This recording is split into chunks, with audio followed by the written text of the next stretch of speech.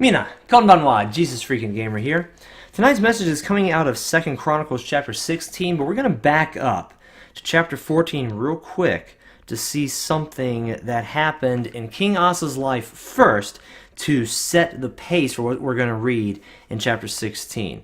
So go back to 2 Chronicles chapter 14 and go to verse 9. Then Zerah the Ethiopian came out against them with an army of 1,000,000 men and 300 chariots. Talk about a disproportionate number there. I wonder why there were so few chariots. But anyway, and he came to Mareshah. So Asa went out against him, and they set the troops in battle array in the valley of Zephathah at Mareshah. And Asa cried out to the Lord his God and said, Lord, it is nothing for you to help, whether with many or with those who have no power. Help us, O Lord our God, for we rest on you. And in your name we go against this multitude, O Lord. You are our God. Do not let man prevail against you. So hopping over to chapter 16.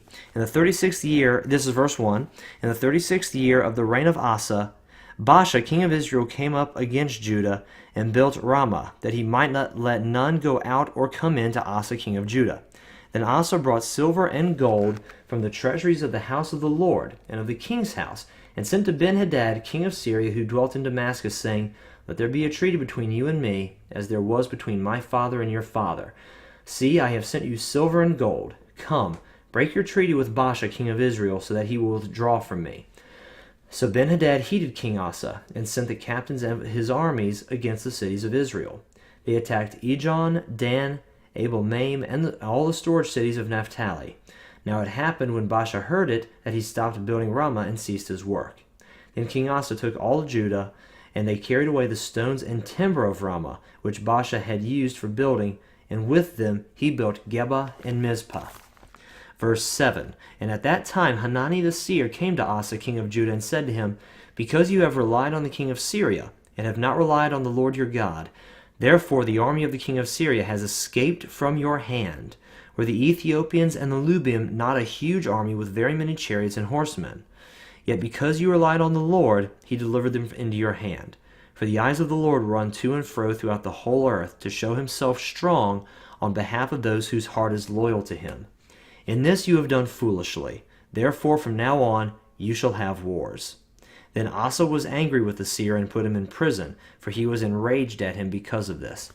And Asa oppressed some of the people at that time.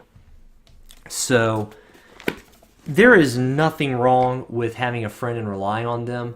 There's nothing wrong with one nation having a friend or a treaty with another nation and relying on them for help. Asking Ben-Hadad, go back on your word and betray the king of Israel, I would dare say that is wrong. He wasn't asking, this wasn't something done openly, nobly, honorably. He was like, betray him because I paid you. And Ben-Hadad did so. He does not seem to be the greatest of kings in the world. He was bribable. It's like, yeah, forget my friend. I got money. I got silver and gold. So forget you. I'm going to turn against you. So there's nothing wrong with treaties. There's definitely something wrong with betrayal. And there's something more wrong with not having faith in God. He had faith earlier, and he did not demonstrate faith the second time, and because of that, he paid for it. He did something, he asked another man to do something dishonorable, or he knew the man was dishonorable and could count on him for betrayal. Either way, that wasn't good. And not having faith in God, it's like getting someone to outright sin, that's pretty bad. Not having faith in God, it's like, I have nothing against mistakes. I don't think God has anything against mistakes either. We're allowed to test our faith, try our faith, grow our faith. There's nothing wrong with that. But to have displayed the kind of faith needed for victory once and then not to display it later, I don't know if something was lost there or he simply failed to pass that test. He definitely did something dishonorable by asking Ben-Hadad to betray his friend Israel. And since those two evil kingdoms were friends, technically speaking, it was Asa's responsibility to put both in their place through faith in God, which he did not do. And for that, Asa was punished. And instead of repenting, he throws the seer in prison.